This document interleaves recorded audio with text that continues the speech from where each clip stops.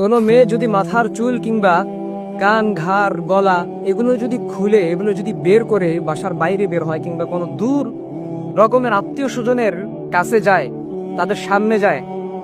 তো আল্লাহ পাক রব্বুল আলামিন তা আমল নামায় প্রতি সেকেন্ডের বিনিময়ে একটা একটা করে জিনার গুনাহ লিখবেন। আবার তার স্বামী যে হবে, তার পিতা যে হবে, যারা তার শাসনমূলক তাদের কর্তা হিসাবে থাকবে, তারাও যদি তাকে বাধা প্রদান না করে তো তাদের আমল নামায় এরকম গুনাহ লেখা থাকবে। পক্ষান্তরে আপনি যদি দেখেন কোনো মেয়ে যদি কিংবা কোনো নারী যদি, মানুষ আসছে আপনার বাসায়, আত্মীয় স্বজনরা আসছে,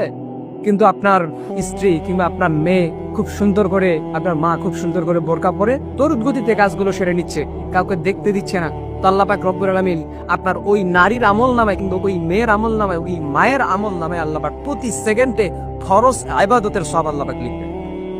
এখন আপনি ডিসাইড করেন যে জান্নাত লাভের জন্য, মুমিনের টার্গেট যে জান্নাত, এই জান্নাত লাভের জন্য আপনার কি করা উচিত? আপনি কি পর্দা করবেন না পরপুরুষের মনোরঞ্জন করবেন?